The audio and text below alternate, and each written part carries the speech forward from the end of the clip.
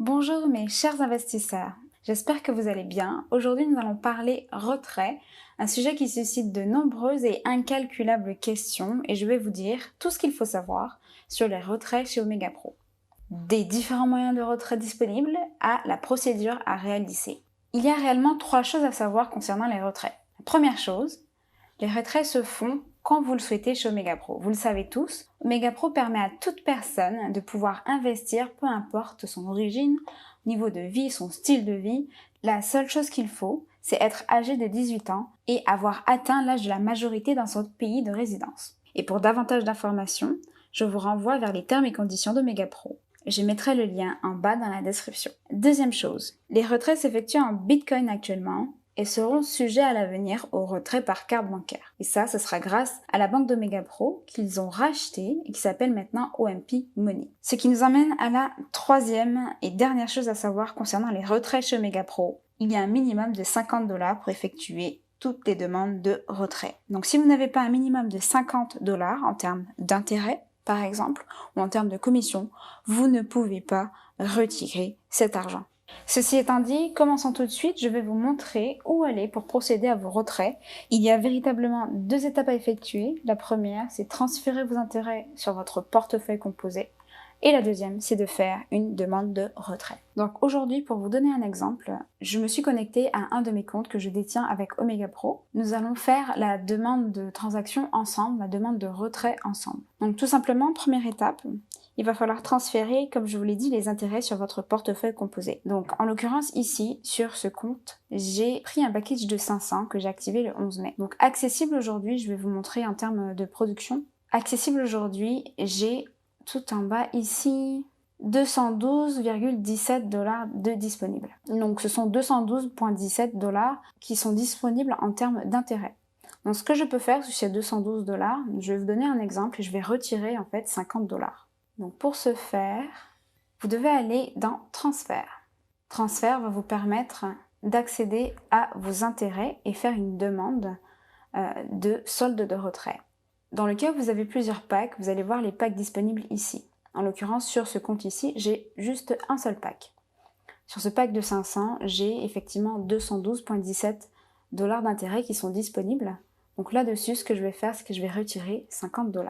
Donc insérez le montant que vous souhaitez retirer. Et ensuite, insérez votre mot de passe de transaction. Attention, il faut savoir effectivement que lorsque vous retirez vos intérêts, les traders n'ont finalement que disponible ce qui reste sur votre compte personnel Omega Pro. Donc cela va forcément impacter vos sorties journalières, et ça c'est normal. Donc vraiment, si vous faites des retraits d'intérêts, je vous conseille de le faire lorsque vous en avez besoin. Donc c'est vraiment un argent que vous avez besoin dans l'immédiat. Si vous n'avez pas besoin de cet argent-là, laissez-le avec les traders pour qu'ils puissent les faire fonctionner avec le capital. Vous générez du 10% par mois. Donc ici, on va insérer le mot de passe de transaction. Donc le mot de passe de transaction du compte avec lequel vous êtes connecté actuellement. Et ensuite, on va faire transfert. Comme vous le savez, ici, il est important de lire toutes les instructions.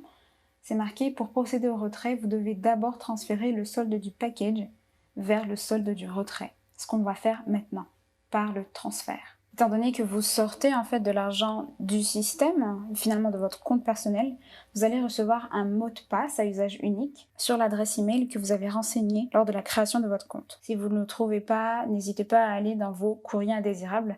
La plupart du temps, c'est là qu'ils peuvent se retrouver également. Donc insérez le mot de passe qu'on vous a envoyé et confirmez le transfert. Ok, parfait.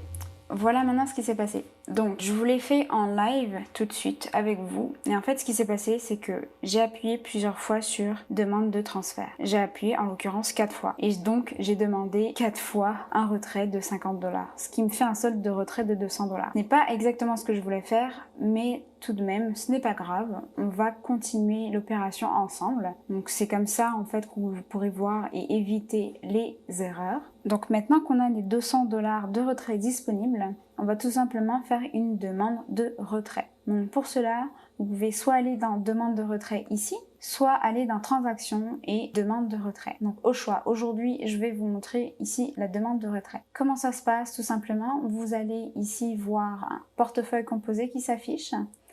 Donc vous avez un solde disponible de 200 $ et vous pouvez indiquer ici le montant du retrait. Donc je vais mettre juste pour l'exemple 50 $.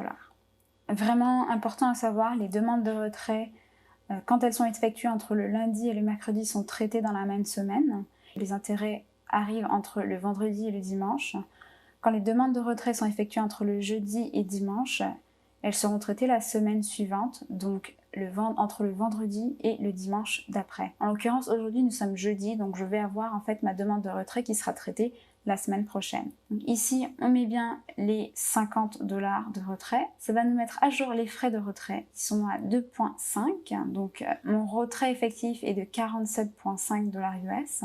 Et ici, donc, vous allez avoir retrait par Bitcoin. Donc pensez bien à mettre à jour votre profil. Pour mettre à jour votre adresse Bitcoin, il suffit tout simplement d'aller dans Profil et faire voir mon profil.